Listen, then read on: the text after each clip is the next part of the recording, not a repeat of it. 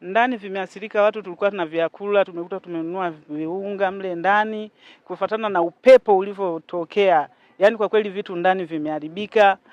Palikuwepo mtu amejihifadhia nguo zake zimepepeluka na upepo.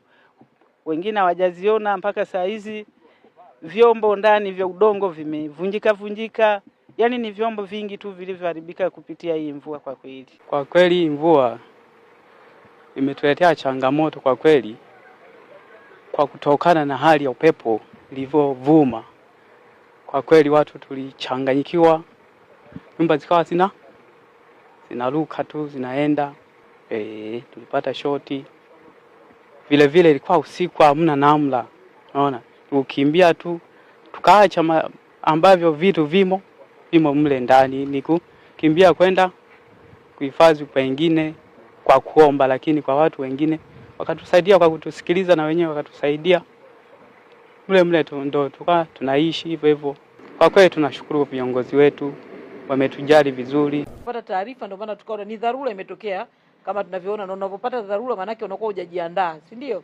Tukapata taarifa kwamba mahitajio makubwa ni chakula, kwa sababu watu sasa hawakuwa wamejiandaa na tayari hawana makazi.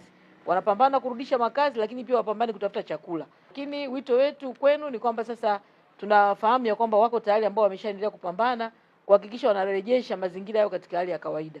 Kwa hivyo tufanye hivyo kwa mapema, kwa sababu tunajua kwa muda huu ambao mmejihifadhi, maana sasa ni kupambana kuhakikisha mazingira yale yanarudi katika hali ya kawaida, ili basi tuweze kurejea katika shughuli zetu za kawaida na katika mazingira yetu ya kawaida, mazingira ya nyumbani.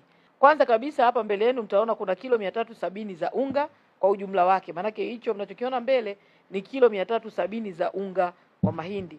Lakini pia kuna kilo 40 za maharage kama ambavyo mtaona, na kila mmoja atapata. Lakini kuna kilo 50 za sukari kwa ujumla wake, na ambazo kila mmoja ataweza kupata. Lakini kuna pakti za chumvi 40.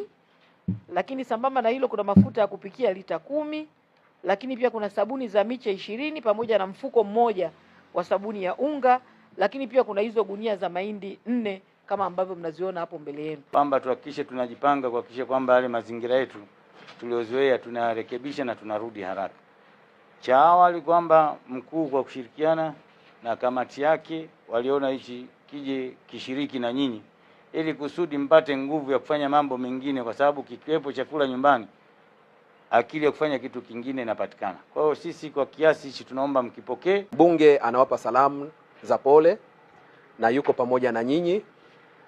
Yuko kikazi Dodoma, na anasema atakapopata nafasi ya kurejea Tabora atakuja kuwapa pole yeye mwenyewe.